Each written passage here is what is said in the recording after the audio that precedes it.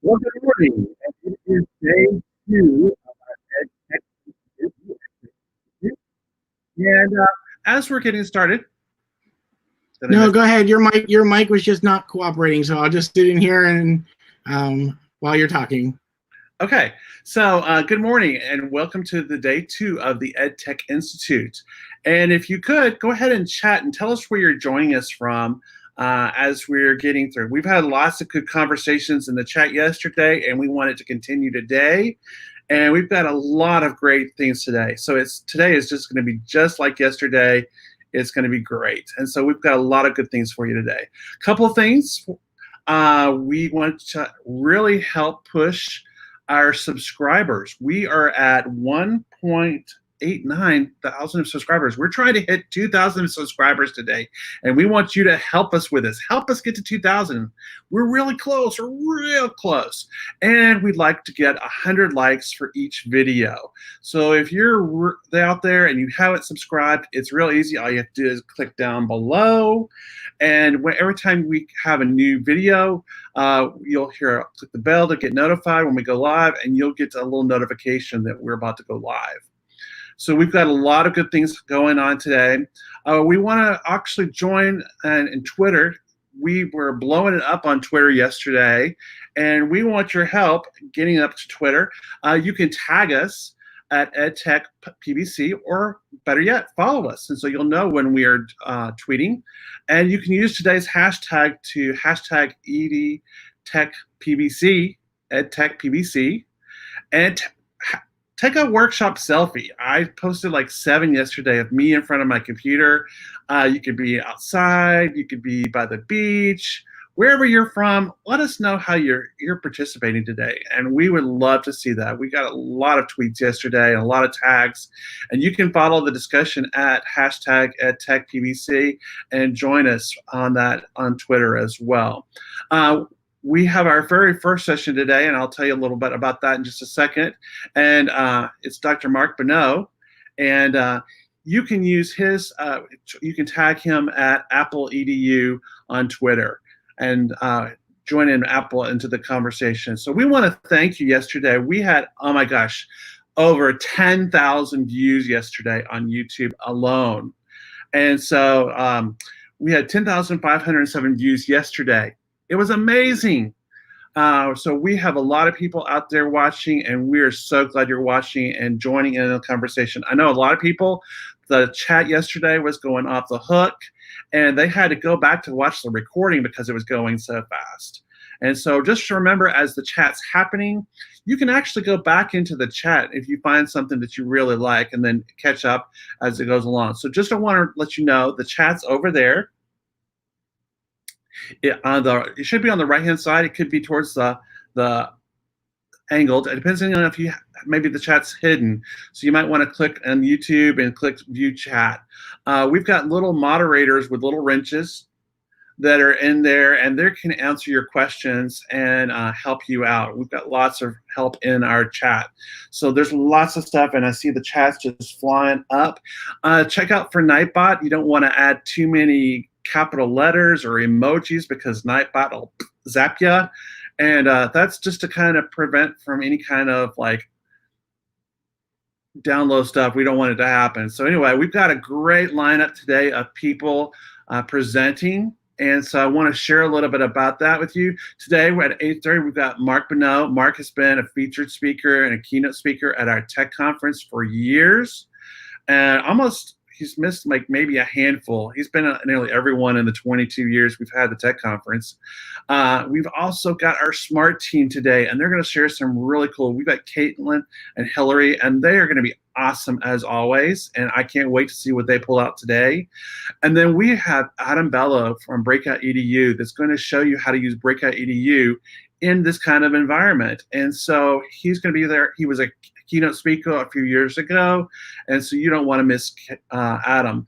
And then at 1, we've got Kevin back again for round 2. And if you were here yesterday, he had like a bazillion ideas. It just kind of blew my mind. I was just like it was just. So, and then we've got some new people. I'm so excited about Joe and Kristen Merrill, the interactive class. They've got some really cool stuff. And then we also have someone from South Carolina that's going to share something. And she's a really dynamic educator. I can't wait to meet her. Her name is Carla Jefferson, and you don't want to miss her as our closing speaker. So we've got lots of things going on today. And I just want to remind you about the door prizes. The door prizes, you need to chat the last 10 minutes at least once. And so you can actually come back. And so make sure you're chatting in there, because the Nightbot will be pulling that during that session. So I wanted to make sure that you chat. You only have to do it once. You don't have to do it every 5 seconds like some people were doing yesterday, but just doing that once. I want to talk about professional development real quick. So we are offering professional development for Palm Beach County school teachers, and you can sign up in ELM, and it's up to 10 points per day. You have to have teacher and student implementation, so you'll have time to implement this when we come back in August, and you have up to October 16th to complete the implementation.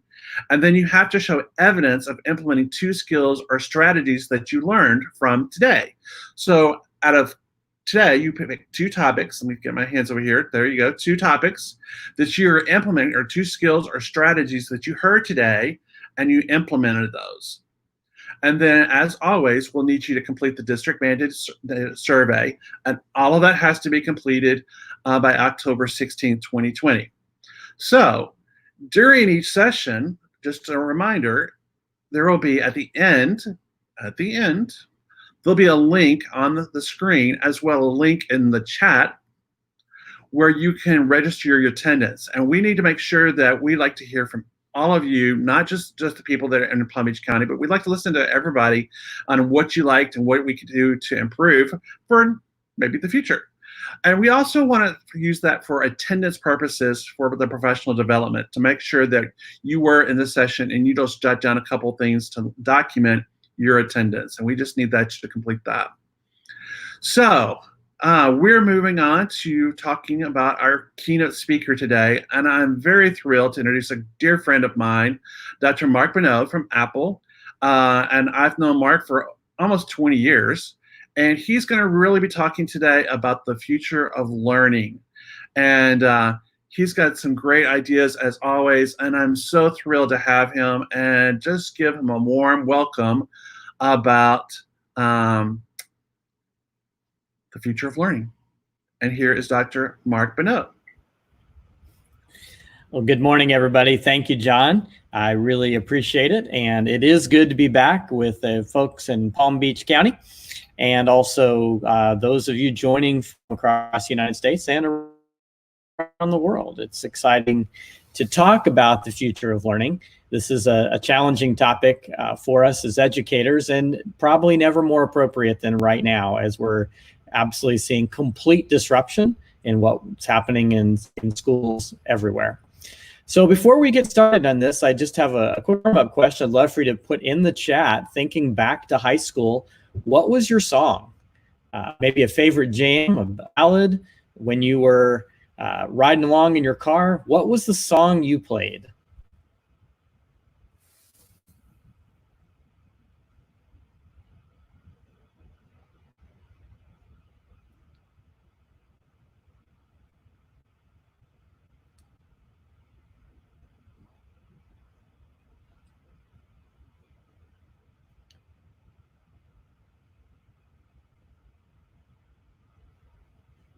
Okay, now we're starting to get some in. We got Little Red Corvette, Little Eagles coming up with the Hotel California. Pat Benatar, Stairway. Oh yeah, here we go. Oh, Eye of the Tiger. That was a good one for me.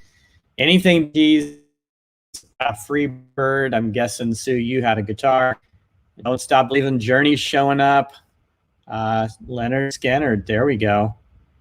Bon Jovi, Motley Crue. Ooh, REO Speedwagon. Oh, Casey and the Sunshine Band. There we go. Do a little dance. Some hip hop showing up now. Oh, there we got Snoop Dogg showing. Nice.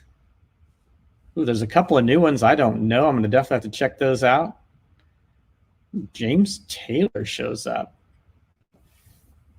Nice. Anything with air supply. I'm guessing you were a fan of the Columbia Record and Tape Club right there. Got a bunch for a penny. Nice. All right. Okay. Oh, Queen pops up. There we go. Led Zeppelin.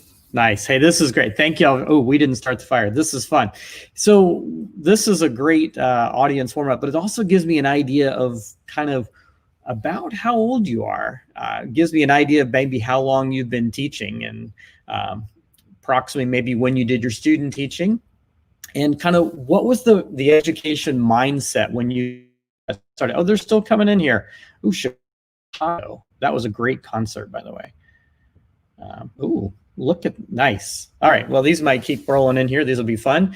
And feel free to pick up any of these extra songs to play on your summer playlist. But now that we started to set the stage for different eras of our music and different eras in which we started our teaching, I want to get into the future of learning.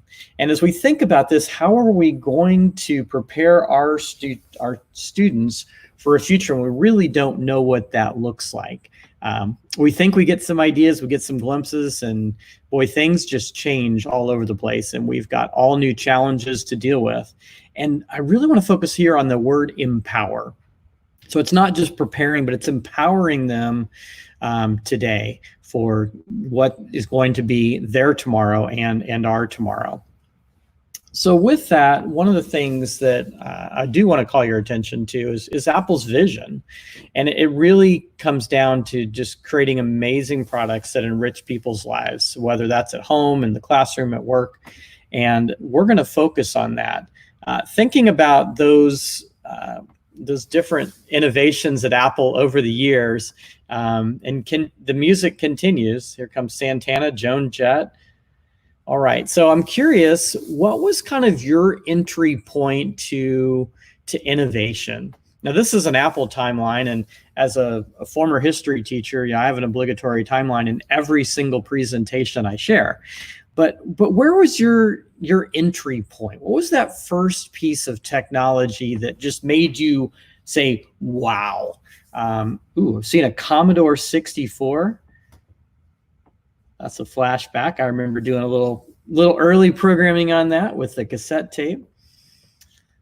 And now we're going to get a mix of music and innovations. Oh, a couple people had Apple IIs. That was my first one I bought, was an Apple IIc, heading off to college. I had the one computer on my entire dorm hall, and I was the single man writing lab. People would sign up on my door for writing sessions for an hour if they wanted to do some word processing. Oh, floppy disks. There we go. Look at this. Oh, there we go. iPhone, a little more recent. iPhone came out in 2007.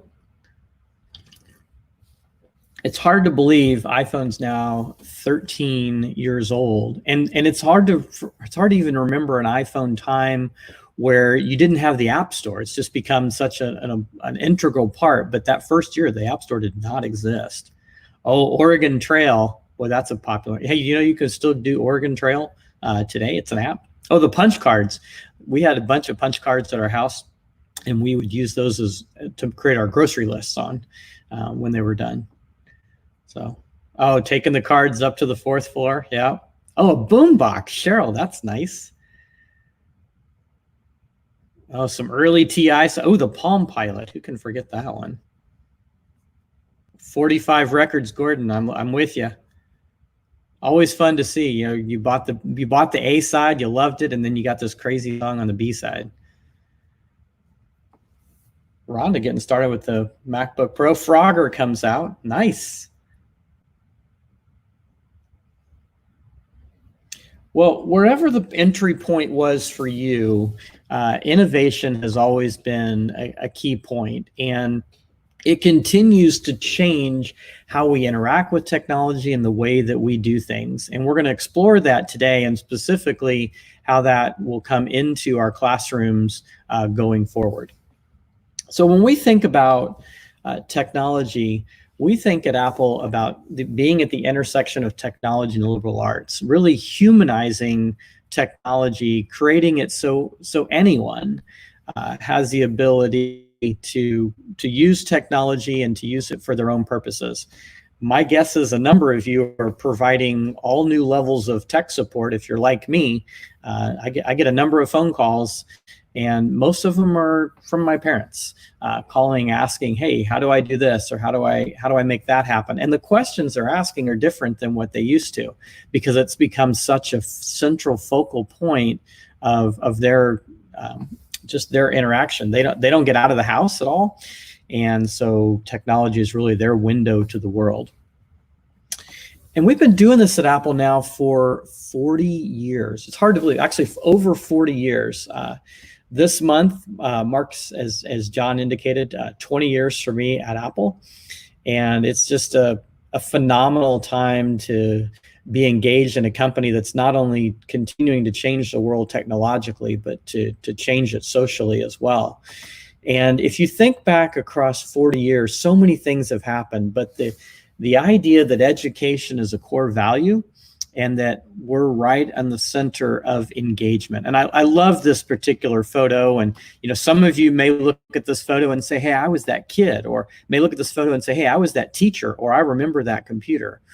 But you definitely would think probably about engagement. And that, to me, is what we're all about, is trying to make the learning experience more relevant and more exciting with the use of technology. And to do that, to unlock the unique genius in every single learner, no matter where they are, no matter what zip code they come from, no matter what classroom they're in this year versus next year, to give them an opportunity to unlock that power so that they can make a difference in their world. And never has that been more appropriate than today. So with that, let's talk a little bit about today's world. And I've got another toss-up question for you. So technology has created a monumental shift in how we live. It's everywhere around us. It's also created a monumental shift in terms of how the world works around us. So I'd like to ask you to go back to the chat again, and you're still throwing, oh, AOL connecting. There we go. So this particular question, I'd like for you to choose one of two ways to answer the question. Either talk about a monumental shift in how you live with technology or how you see the world working. So again, it's a monumental shift in how we live or a monumental shift in the way the world works. Let's see those answers start to come in. Still got a few coming in from the old technology. Oh, Prodigy. CompuServe. Oh, there we go.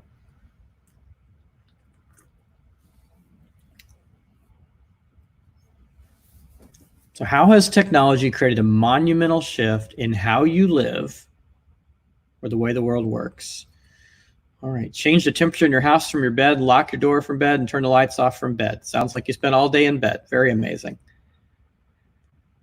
Yeah, connecting with family, Michelle, I think that's a big one. I'm expecting a lot of people are going to say that. Online banking, Sarah, I see. Shopping online, yep, absolutely.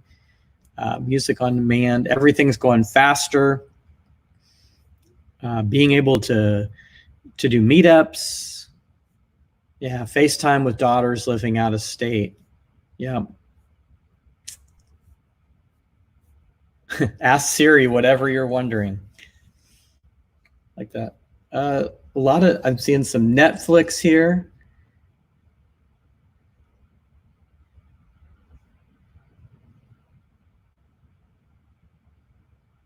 Yeah, the connected word is popping up over and over again. Oh, privacy. That's an important topic.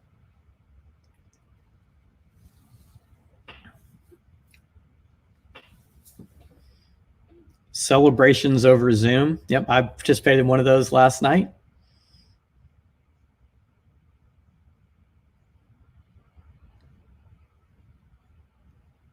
All right.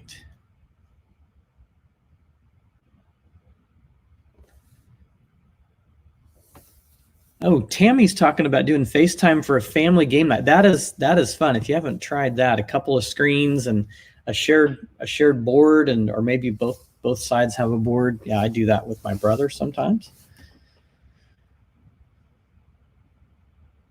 Yeah, I see getting things overnight. Do we have an expectation that things won't take very long? I remember when my younger son was probably about fourth grade, him standing in front of the microwave telling me 30 seconds was too long for a hot dog. And now I look at Amazon trying to order something, and I wish there was a button that I could click by arriving soonest. That would be a great ad there. Oh, using maps. Yeah, lots of good ones. That's good. All right. So with this, we absolutely have seen that technology has impacted us both at work and at home in so many ways.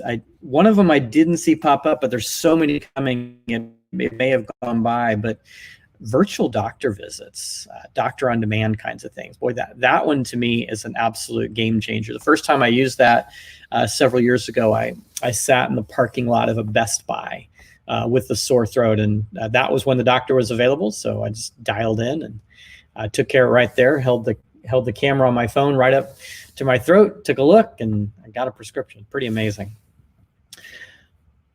All right, so I told you earlier that my background teaching field is history. So let's go back and look at a little bit of history. And speaking of that, Sandra said research is easier. Absolutely. Oh, museums. That's good. Library of Congress. So from a historical standpoint, let's go back to the industrial age. And when you think about this point in time, we were moving from, small communities where there was a one-room schoolhouse, and some of you may have dreamed someday, you watch Laura Ingalls Wilder and you thought, hey, one day that's who I want to be, and maybe that led you to become a teacher. And with the industrial age, we moved from people typically working on their farms and staying very, very close to home to people starting to move towards cities and doing things in assembly line type of fashion. And with that move, the kinds of things that we asked people to do at work were very streamlined, very specific. So if you could turn a crank and you could do it well for 40 years, you could be set. You didn't have to have the farm labor. The super early mornings, the super late at night, hard work, and you could work out of the elements. You didn't have that kind of risk available, and this is kind of what it looked like. And we saw people doing everything from creating engines to moving into assembly line construction of all different kinds of things as we became a more industrialized society. And with this particular work, we had to think about the purpose of school, which was not just a basic education. If you could learn a little bit of math, if you could learn a little bit of English and how to get along with society, that was good. This was, can you learn a skill? Can you do it over and over again? Can you follow directions? You show up on time. That show up on time, follow directions, that we still have that, don't we? Even more so today. And so in the industrial age, we saw just a complete shift in terms of what we were building toward. Moving from that to the information age was a big shift, and computers became the central point, and the people in the work were not as important. The machines drove what happened as they became the most important part. I remember my dad worked in an office he worked in a laboratory with some very, very early computers. And even in the summer, growing up in Texas with it 110 degrees outside, it was typically 60 degrees in his office. And so I remember very vividly him leaving for work with what looked like very inappropriate attire, hat and a big heavy coat that he would carry with him so that he could work in that environment. And so the machines really became the central point. Little less about the assembly line, though that was still going on. But if you could manipulate data, then you definitely had an opportunity in the information age. As we move toward more of what we're seeing now, we've got the people age, and this is an Apple term that we've come up with. And the thinking here, we had about 20 of us that got together in a room for about 3 or 4 days, and we really kind of thought about what is the future of education, and we just kind of rock tumbled the ideas together. I don't know if you, as a kid, you had a rock tumbler. I did. I got one in 3rd grade as a present, and boy, it was really neat. You know, you put these crazy old rocks in the tumbler, and you put some different kinds of grit in there, and then you would sit there and let it roll and roll and roll. And after about 30 days, you know, you could have some nicely polished stones. And so we think about that in terms of our ideas at Apple, that we go into the rock tumbler. So looking at moving into the people age, again, an Apple term, we really see this as people become the drivers of technology, not technology driving the people. Some people think of this as a time where more and more people are becoming free agents, not in the sports mentality of a free agent, but free agent workers, where you have a gig economy and you might do a little bit of this and a little bit of that, and you can change on a dime. You can see this where a lot of people have moved from I was an Uber driver to the next day I'm delivering for Instacart or DoorDash. And the people piece of this, the humanizing piece of this, becomes really, really important, because people are able to do amazing things that even the very best computers can't do. And we're going to explore that a little bit as we move forward in this conversation. So, industrial age, information age, people age. And how does that impact us in the classroom? Well, it impacts us because the world of work looks very different. This is a typical office you might see at Apple or any number of other larger companies, or even some smaller companies that have created places where people come together. A little bit different today, but this image depicts more where we were back in January. And just the idea that lots of people are working together, doing a number of different things and collaborating. When we think about this and we think about what we're seeing in the very best schools around the world, we really think about these 4 words. And this was really part of that rock tumble conversation that we talked about. And I'm going to explore each of these 4 words with you. So we're going to break them down from connected, collaborative, creative, and personal. And these 4 words will continue to drive the bulk of our dialogue here over the rest of our time together. So let's dig into the world of work and moving this into a classroom conversation.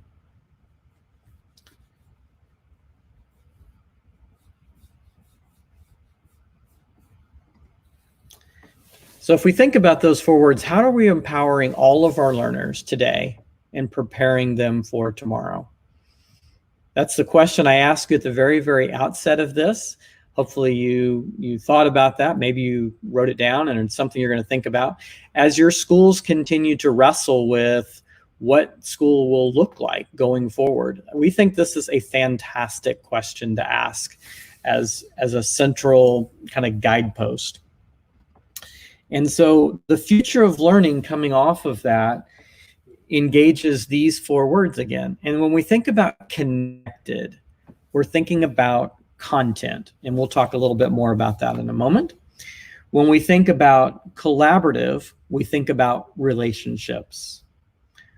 When we think about creative, we're thinking about inquiry. And then when we think about personal, we think about path. And all of these are really important. I'll dig into each one of them. The path one, to me, just on a personal level, I think is really, really the one that we should spend the most time talking about. But let's start with connected. What's this idea of connectedness? And it's that learners have equitable access to quality content anytime, anywhere.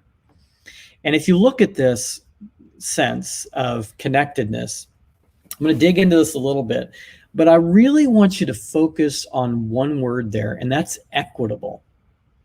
So connected is not simply, I have a device, though a lot of students do. A lot of schools are providing devices, but that while that may look very similar at school, it does not look the same for kids at home. Some kids get home with a device and it's a shared environment, or they have poor internet or intermittent internet. Maybe they have intermittent electricity. And so equitable access to quality content looks really, really different depending on the type of connectivity that you have, not just being connected to a device.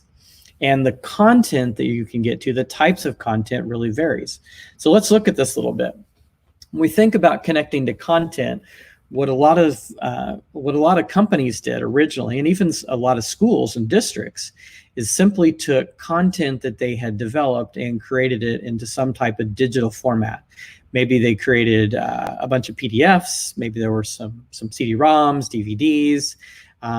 If you go back as far as I do in education technology, maybe you remember Windows on Science from Optical Data with big laser disc players. Lots of different ways that we moved content into some type of digital format. And this has moved greatly from the days when you would get your textbook on the first day of school and you would open it up and you loved that first day where you could say, "Ooh, who are the 6 or 7 people that have this textbook ahead of me?" And that was our connection to content. We've moved a long way with that now.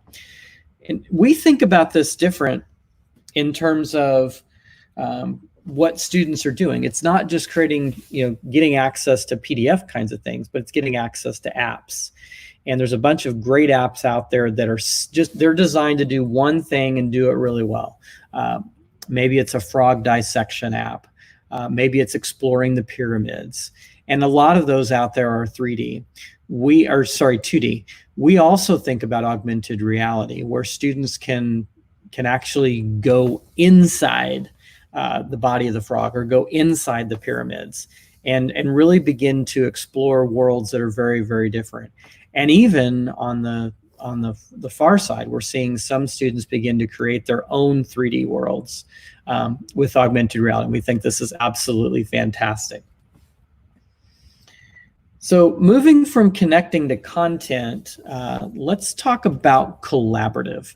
And in the collaborative sense, we think about learners forming relationships to build understanding and contribute to our world. Now, this is one, and really all 4 of these words, I should have mentioned, these are words that we wrestle with in education. And if I were to really want to blow up this chat in StreamYard, I would ask you, what do these words mean to you? And we would probably have as many different answers as there are people who have joined. Now, we would have some similar kinds of things. We would recognize these words because we've written them into our mission and vision statements. We probably have some of these words posted in our classrooms, maybe on some posters where we've got clever sayings or quotes that get students thinking about these kinds of things. So digging into collaborative and building and forming relationships to help contribute to the world, we think about it this way. So wonder, how does collaboration deepen our learning? So let's look at this as an illustration. We think about coordination of activities where the teacher is moving about, students are in different kinds of groups, they're working on different kinds of projects, and they're doing essentially in most cases what the teacher has asked or directed them to do. We think that collaboration goes far more than that. We think it's people coming together for a single purpose, each person bringing their own genius, their experiences, their abilities, their interests to the table so that something can be created for the common good, whatever that might be. Maybe it's something on your campus, maybe it's changing something in your community, maybe it's making a big difference in the world. That's where collaboration gets really interesting to us. One of my friends talks about it this way. Sometimes we see in education that collaboration looks like a a potluck lunch where, we've got 4 people and we say, okay, you bring the appetizer, you bring this, you bring the entree, you bring the dessert, and you bring a vegetable. Well, that's not really collaboration. That's just each person bringing a piece of our meal. The collaboration piece would be that we're all working together with all of our strengths. Well, maybe I've got just amazing knife skills, and maybe John's really fantastic at seasoning, and somebody else in our group is amazing at plating and just making it look amazing. That's what we start to think about in terms of collaboration. In terms of creative, we think about this with learners unlocking their potential through discovery and inquiry. And this is one that a lot of people would look at some of the things that we've done at Apple over the years and see this a little bit differently than I want to explain it to you. So some of you may be familiar with a program that we have at Apple called Everyone Can Create, which is a fantastic program that helps teachers and students bring the best of video and photography going into their class on Apple's site and get some great free lessons that you can use with your students. And that's creativity. And we think that's really important, but that's really not what we're talking about here. This creativity is a very different kind of experience, because what we think about as educators, a lot of people will say, oh, creativity, well, that's the arts, that's the art teacher, or that's the music teacher, or maybe even, that's a technology teacher doing some things with video, or maybe it's the yearbook or journalism teacher, seeing that as creativity. We think creativity really comes through inquiry, and a better way to look at that is bringing all of these together, interdisciplinary activities where students are going through the idea of ideation, prototyping, testing, and then bringing their ideas to life, or going back through a cycle of development yet again.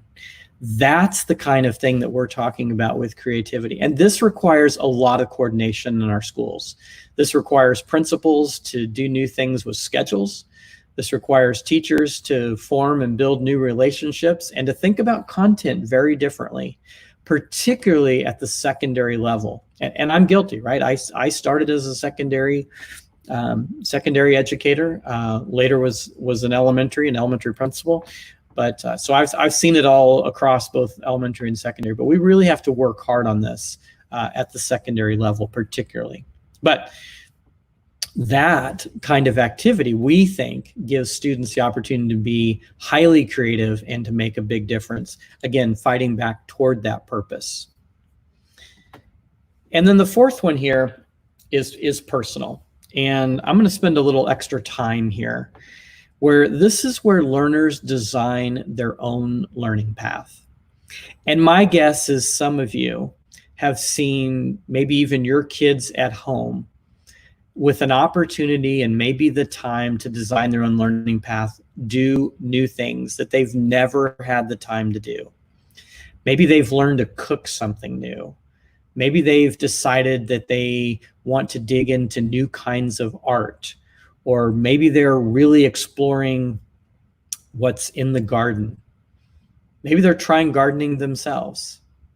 We're seeing all sorts of stuff. And I don't just mean, kids, showing off on TikTok, and we're seeing a lot of that. And I'm seeing that at my house. I've seen more TikToks than I can even begin to fathom how long it took to put them all together.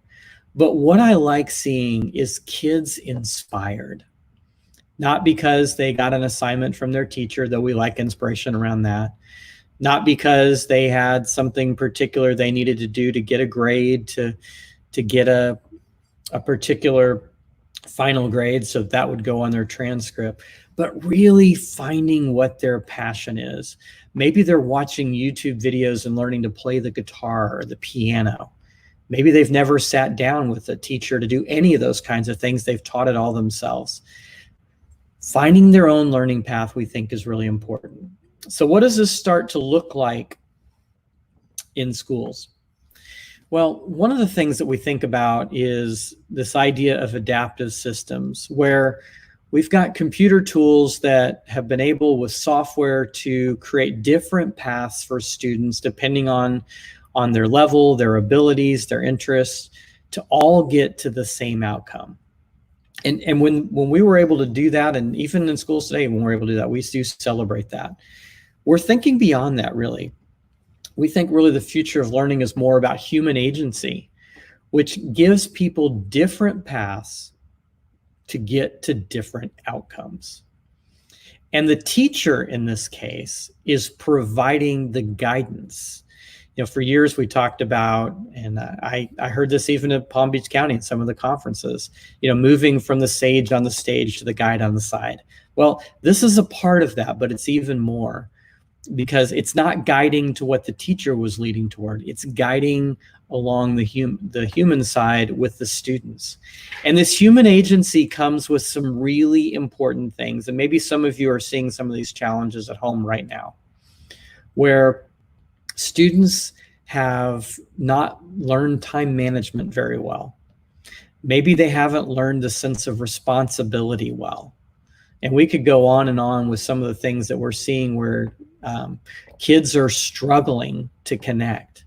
But I think we also need to acknowledge that learning from home has given some kids an opportunity to flourish who sat in the back of the classroom, who had their heads down, had their hoodie up, and just were not that interested in what was going on.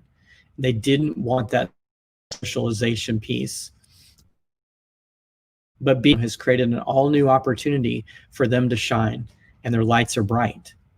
And so with that, we think the human agency piece of education needs to be back in the classroom, regardless of what the classrooms look like in the fall, that we need to give kids an opportunity to create different paths to different outcomes. Another piece of this that becomes really important is that regardless of your students, or even some of you as educators, regardless of what your needs are in terms of the way that you interact with technology, we think it's really, really important that everybody has a level playing field. That if you have a specific tactile way that you need to interact with your technology, if you have a visual challenge that changes the way that you need to understand what's on your screen, if you have auditory issues, and there's all different kinds of ways that this happens. I have a friend who edits video on Final Cut Pro and does the entire thing with a head switch. So the only thing she can move is literally her head, and she's able to tap to interact with everything on the screen, and is editing with a professional video editing tool that even some of the best in Hollywood are using. That to me is incredibly empowering. And that to me is leveling the playing field for all students, for all teachers to have that opportunity. So with that, I want to come back to these 4 words: connected, collaborative, creative, and personal. And while the conversation around these 4 words today has been anything but exhaustive, hopefully it's been the spark. And that's what we want to create around the future of learning, is an opportunity for you to start thinking about, what do these words mean in your school? What do these words mean for your classroom, for your district, and for your students? And regardless of what you teach, the age of the students you teach, or the type of students you teach, all of these become highly important. At the same time, I also want to make a notation about student privacy.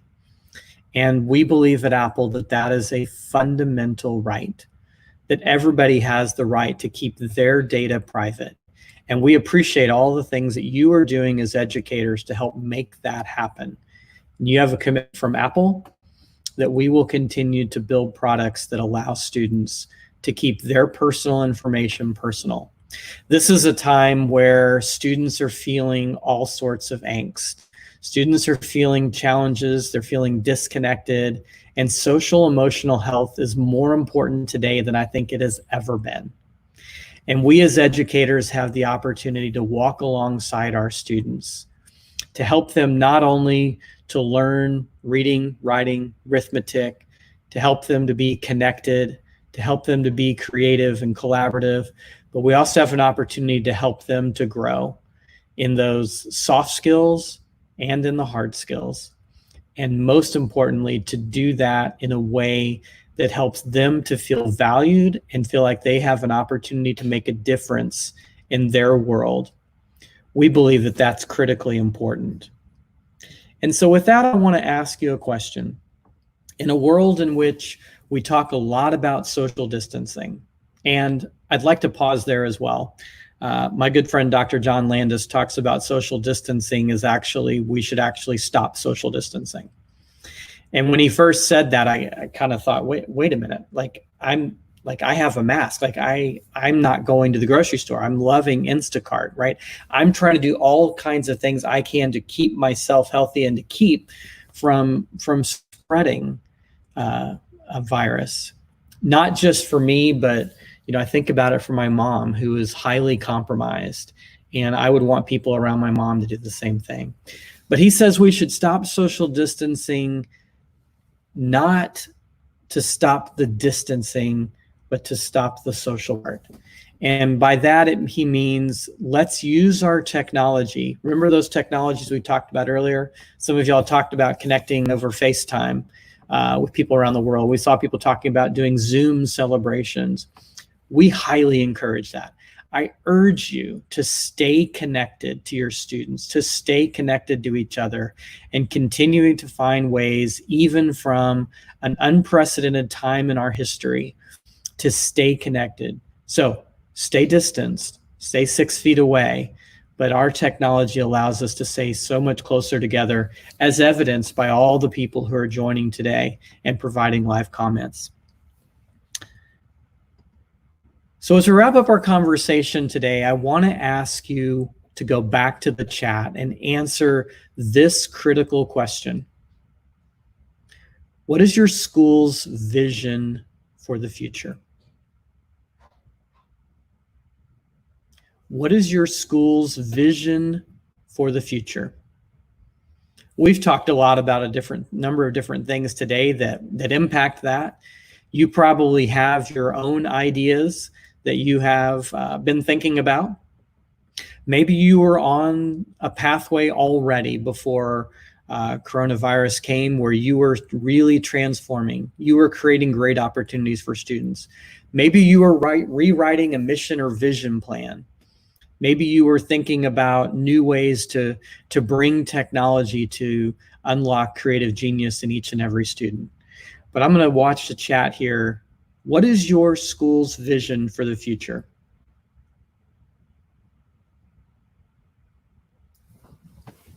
I'm seeing blended learning, creativity, equitable. Annabelle, thank you.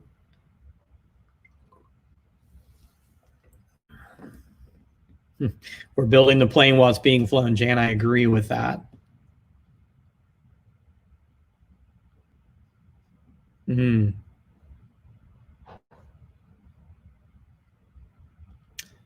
Susan, I appreciate that comment. It's about the kids. Oh, environmental. Debbie, thanks for bringing the environmental piece up. That's another core value at Apple and something that's really, really important to me as well. More equitable kinds of comments. Ooh, trailblazers. Like that. Empathy. Like that. Project-based learning. Yep. Challenge-based learning.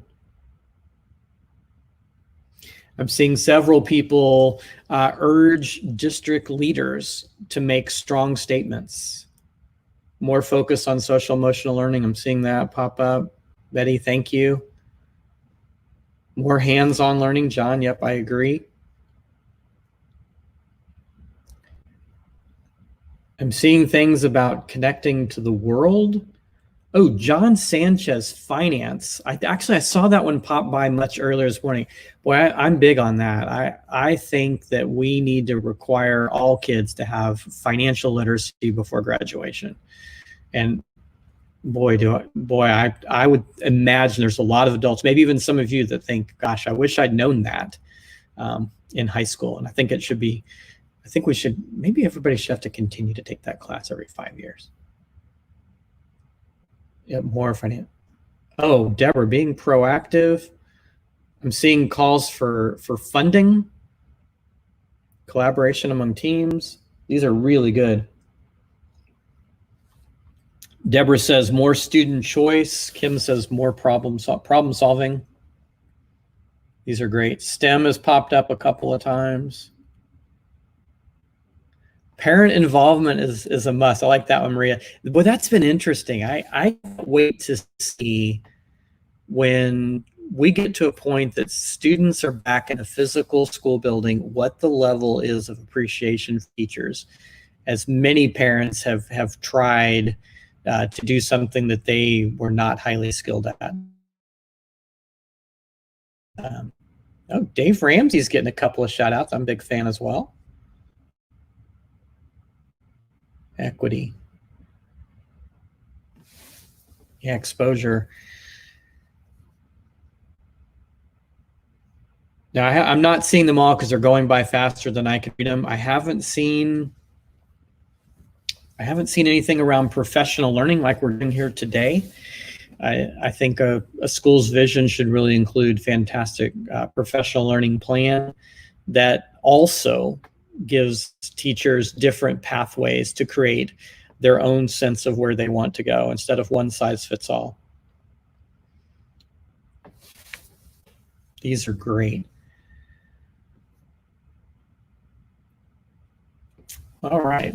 Well, we have just a couple of minutes left here in our conversation. I imagine these comments will continue to roll. I do want to open it up for some questions.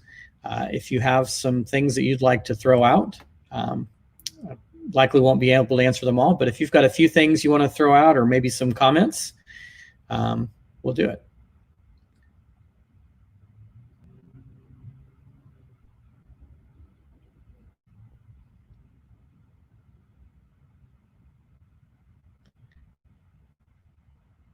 Seeing people excited about some good ideas. Oh, technology is a bridge to our future. Gwen, I like that.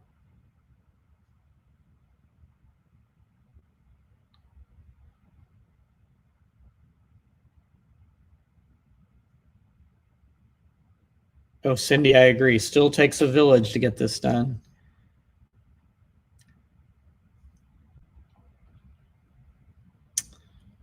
All right, now starting to see a couple of questions come in. What will Apple do for distance learning? That's a good question. So one of the things that we're doing is we've recognized that teachers need support, and professional learning right now is a really challenging thing to do. We've found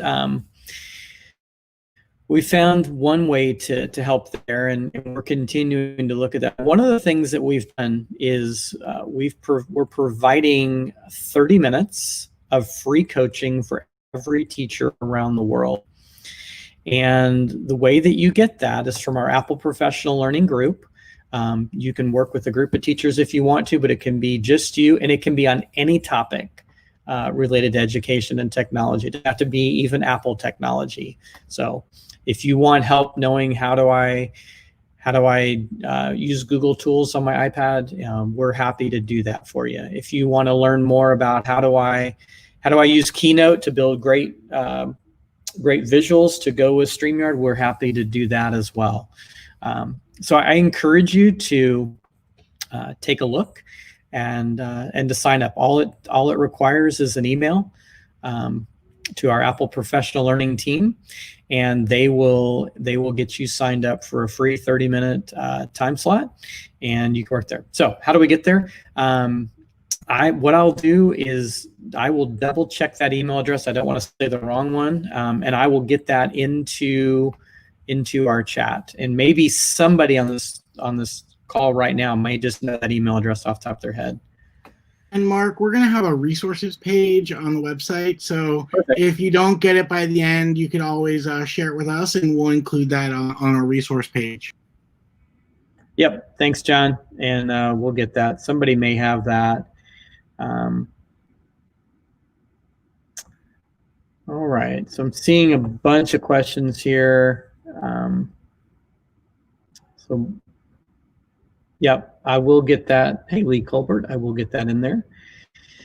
So question on virtual reality, what are some of the things that we're doing? And again, I apologize, like I can't get all these questions as they're going by, but thank you for posting questions. So we're doing a number of things on the virtual reality front. One of the, or augmented reality is more what we're thinking about. One is it's now, that capability is built into every single iPad that we produce. Even the iPad that's $299 for education. And so the ability to create for producers just amazing virtual worlds that you can step into and explore a jet engine, maybe to walk through a heart, all these kinds of things where you can literally like create right in front of you a Saturn V rocket, and you can walk around and see all those pieces. You can hear Kennedy talking at the same time. We also have a tool called AR Composer, which is allowing people to create their own worlds and explore. And there's a number of other tools that are available out there, including some for elementary, that we think are just fantastic tools. And we really think that this is where things are going to go. And so you're going to continue to see Apple do a lot of things. If you go to the App Store, you can definitely put in augmented reality and see the number of things that we're doing there. All right. Let's see if we can grab one more question of what all has come in. Gosh, there's so many. Thank y'all. And thanks for the kudos. I appreciate it. Lots of thanks. Notes for a great session.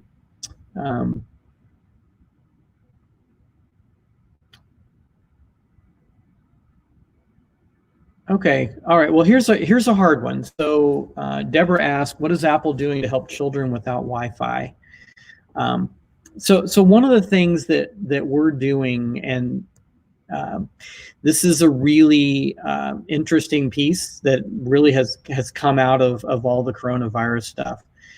We are working with a number of companies that provide cellular LTE access, and we have moved from seeing that schools buy almost all Wi-Fi devices to where schools are starting to buy LTE devices. And so we're doing a number of things with some of our software tools for classroom management and making them work across LTE, which we think is fantastic.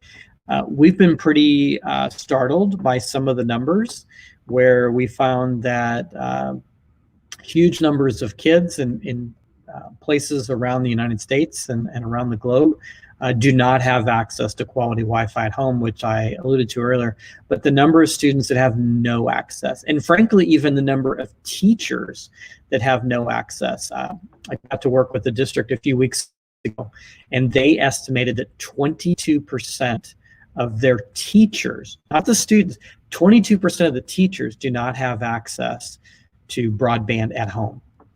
And when you talk about how hard it is for students to get access to high quality content, think about how hard it is for teachers to get access to high quality professional learning and to be able to interact with students in a high quality way without that high powered bandwidth. So we are doing a number of things, particularly on the LTE front, to give students that opportunity as well as teachers.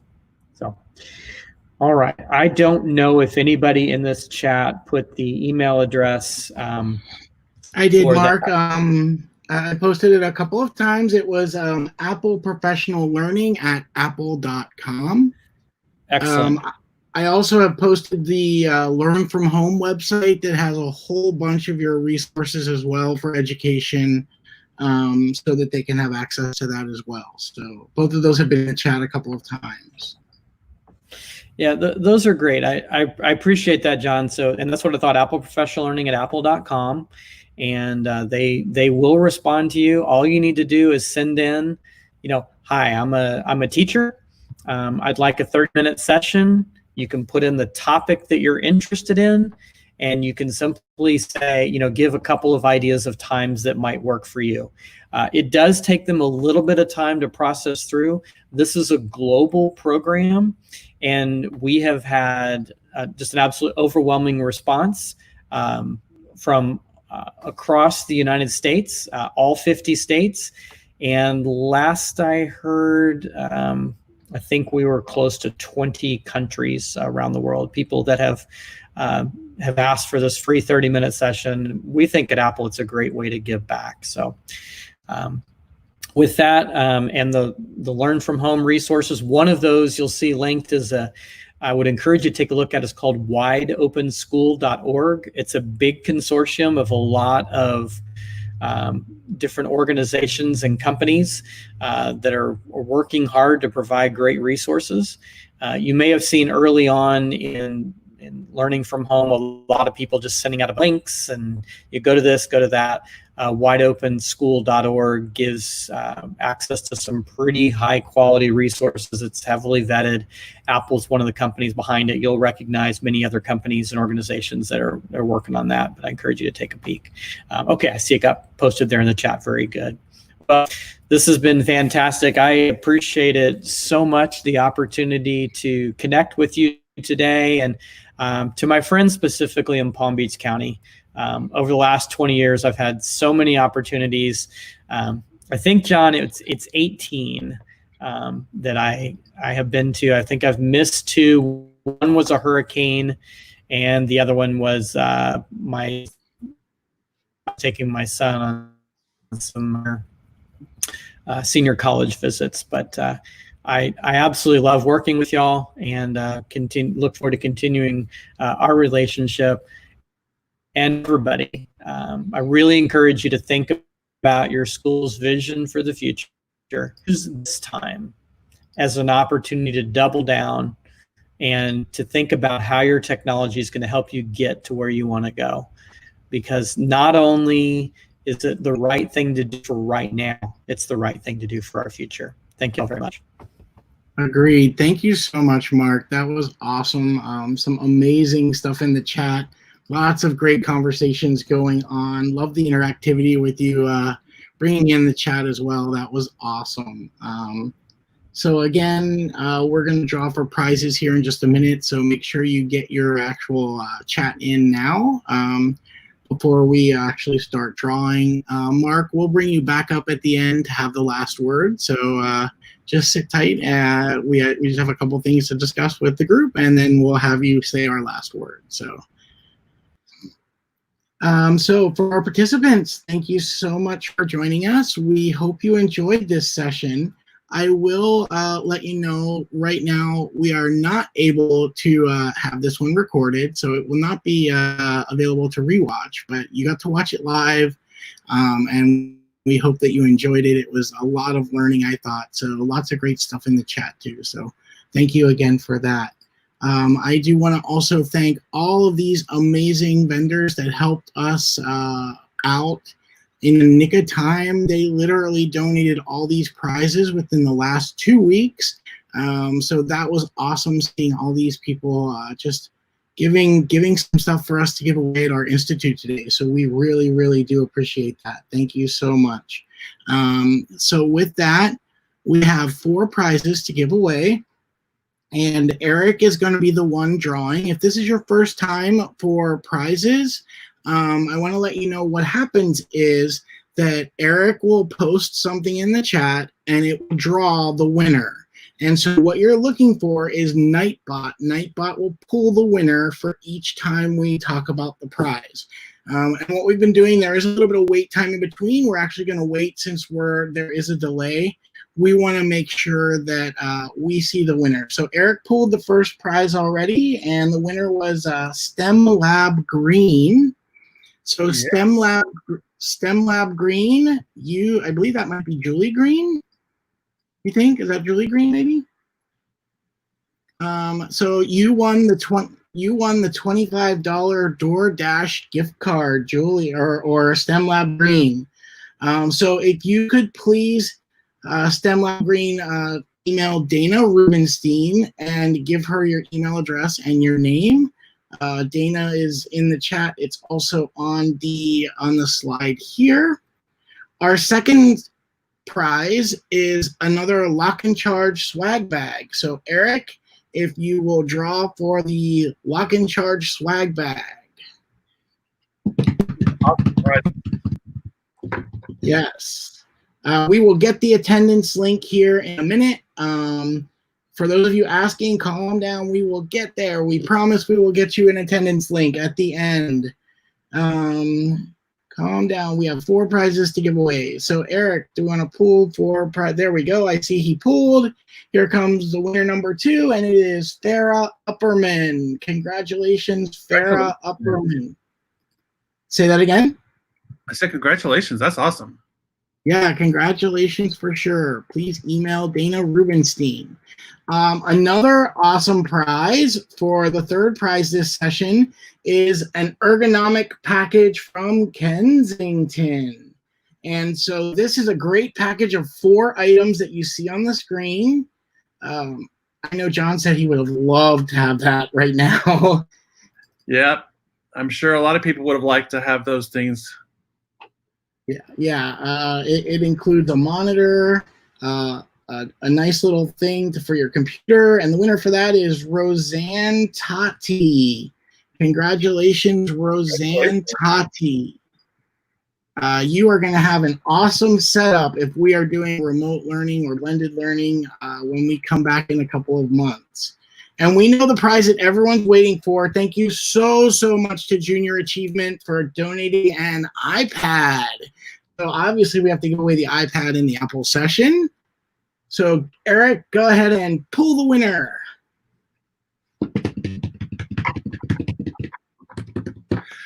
A great thing to ask for Apple to 30-minute session on. Yes, for sure. You can win that iPad, and then you can email that group and figure out how to set it up. And the winner is being pulled, Jeannie Brandt. Jeannie Brandt, congratulations for winning the Apple iPad. Hopefully, Jeannie, that you are someone in the U.S.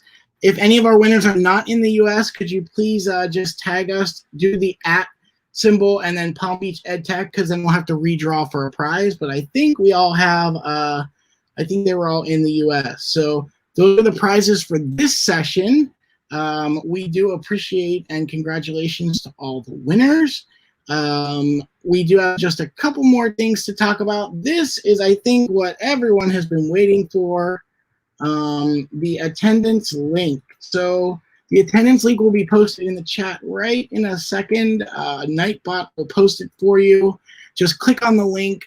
What we're asking for is just a couple of it's just a few scripts. Tell us what session you're in. So you have to do this for each session. If you're still new, sorry. We know this is the first session today. So if this is your first session today, all you do is click the link. Each link will be shared at the end of the session. Visit that link and then log in each session today. At the very bottom of the second. Yesterday. Yes, I forgot to say that. Yes. This is a different link than yesterday. That's very important. Yesterday was a different link, so you do not want to use yesterday's. You want to use this one. And really tell us what you think in the bottom. We really are excited to hear what you learned this session. We want to see not just your normal boring PD, it was fun, I learned, blah, blah, blah. Like, really tell us what you liked, because we will be reading all of that content and seeing your thoughts. If you're renewing this year, the points are actually gonna be given in October. So if you renewed for June 30th, you can get points for yesterday and today, because they won't be submitted until next school year. So that's how that works. Because yeah, exactly. So with that, on behalf of the educational technology team and the training team, we thank you so much for joining us. Our next session starts at 10 o'clock sharp, and that session is going to be from SMART. So the bit.ly is there on the screen right now. You can also always go to the Institute site and click on the link there as well. So thank you so much for joining us, and I'm going to bring Mark back up for one of the for the last word there. Go ahead, Mark.